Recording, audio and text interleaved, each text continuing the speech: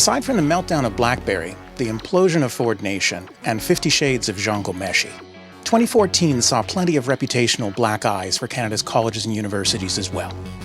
What were the 10 biggest higher ed headaches facing campus public affairs offices across the country?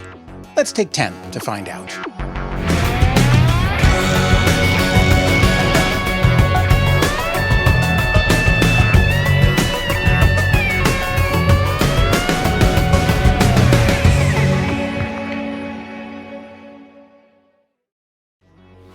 When we look at PR headaches for colleges and universities, a great many of them are sudden, unexpected, and arise from a moment of crisis.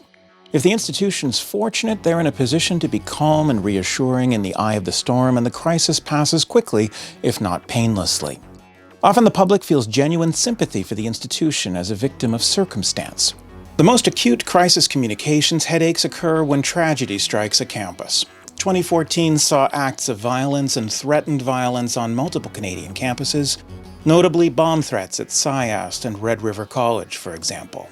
There was an accidental shooting in the food court at York University that left 2 young women injured and resulted in a $20 million lawsuit against the institution. Even when violence occurs off campus, it can create nightmares for public affairs officers. In April, 5 students from the University of Calgary, Mount Royal University, and the Alberta College of Art and Design died tragically in a stabbing at a house party just off campus. Through no fault of their own, campus administrators and media relations people were thrust into the spotlight, handling difficult circumstances with compassion and care.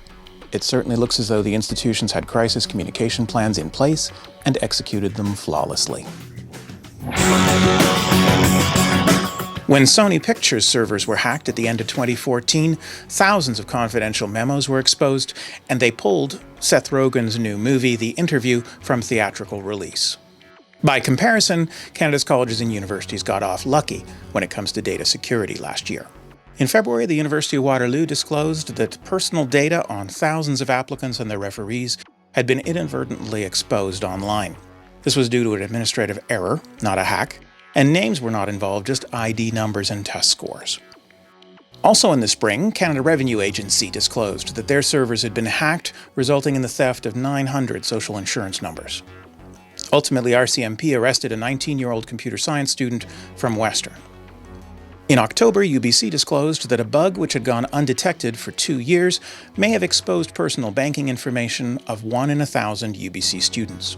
Also in October, the University of New Brunswick Student Union website was hacked with pro-ISIS messages. Within 2 hours, the hack was discovered and RCMP were called in. The reality is that data security is one of the top risk factors facing higher ed institutions today. Some of the most accomplished hackers are going to be our own students. In 2014, one of the most polarizing economic stories was the Keystone XL pipeline. Protests against the pipeline were fast and furious in the United States, and gridlock in the legislature left oil industry executives and the Canadian government out in the cold. The Canadian Youth Climate Coalition reports there are more than 40 divestment groups on campuses across Canada, urging their administrations to put their money where their mouth is.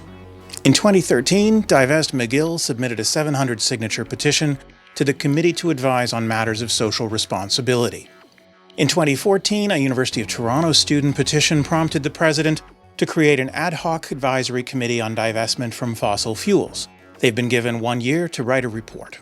In November, the Faculty Association at the University of Victoria voted in favour of divestment from fossil fuels in their pension funds. UBC's Faculty Association called a referendum to pressure administration to divest more than $100 million in fossil fuel stock. At Dalhousie University, students and faculty in Divest Dal created their own video. Divestment is responsible. Divestment is democratic.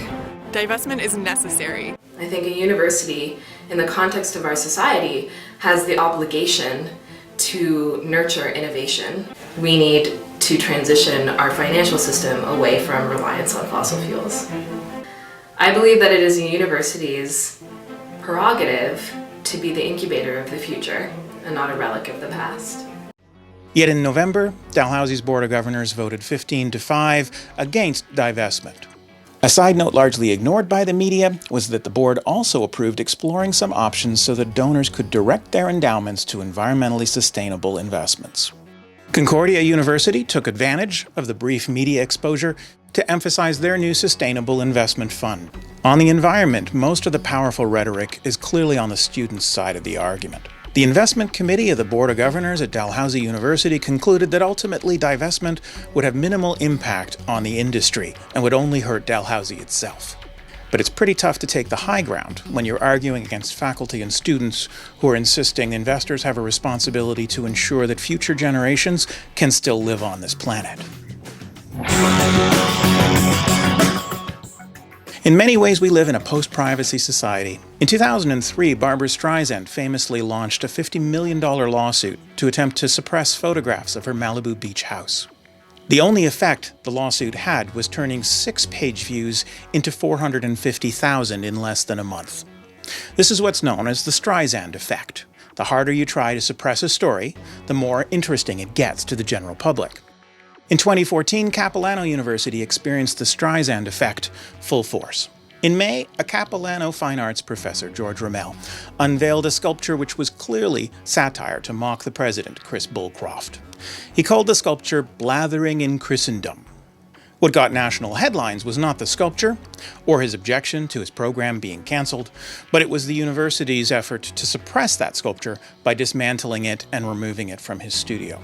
Emily Carr University of Art and Design gave George Rommel a platform on which to speak out against this suppression of academic freedom of speech. I mean, this was vandalism with a PhD. They justified it by saying that they owned it because it was made by faculty.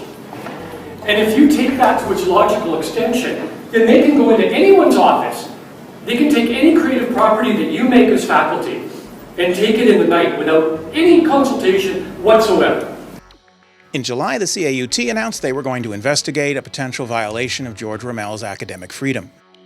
53 days later, Capilano returned the sculpture to Rommel in pieces, creating another photo op with national repercussions.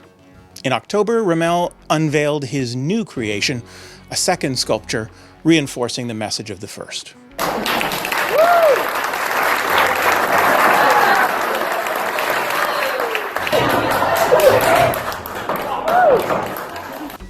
The lesson is pretty simple. An institution of higher learning is always better to veer on the side of freedom of expression than anything remotely approaching censorship. Short of sexual misconduct or murder, the public imagination is always captured by financial fraud, and Canada's universities are not immune. One of the largest universities in the country, York University, has also suffered from some massive fraud cases in the last few years. In 2011, charges were laid against 2 former administrators for a fraudulent billing scheme that bilked the university out of more than $1 million over 4 years. In early 2013, we learned that renovations were done to private residences using university staff and materials. Several months later, the criminal charges were dropped because of unreliable witnesses, but the civil case continues. In spring 2014, 3 other employees at York University were arrested for a fraudulent billing scheme over the course of 7 years that bilked the institution of $1.6 million. The institution indicated that this is in no way related to the previous case, but in the court of public opinion, this is one drawn-out story of financial mismanagement and impropriety. Also in 2014, an interesting story of scandal and fraud arose at the University of British Columbia's dentistry faculty. In May, we learned that the RCMP were investigating financial irregularities in the general practice residency program, which ran clinics in BC, Vietnam, and Cambodia. Further deepening the mystery, at about the same time, Associate Dean Christopher Zed departed the faculty after 20 years in his position. UBC declined to comment, other than to indicate that he was subject to a police investigation. One detail to make it into the media so far is that Zed may have directed art purchases for the clinic to his then-wife's art gallery in a clear conflict of interest. Government and the public are urging colleges and universities to get more entrepreneurial. But the more entrepreneurial types we attract to management of the academy, the more we need to be cautious for nepotism and fraud. So thanks for watching. I hope you enjoyed this premiere episode of 10 with Ken. Frankly, 10 minutes wasn't nearly enough to do justice to the higher ed headaches of 2014, especially since some of the more scandalous, fascinating, and educational stories are still to come in our countdown. I hope you'll join me next time as we take a deeper look at more chronic headaches that were in many ways self-inflicted by college and university leaders. I encourage you to leave me some comments and suggestions, and I hope to see you next time. Meanwhile, please subscribe.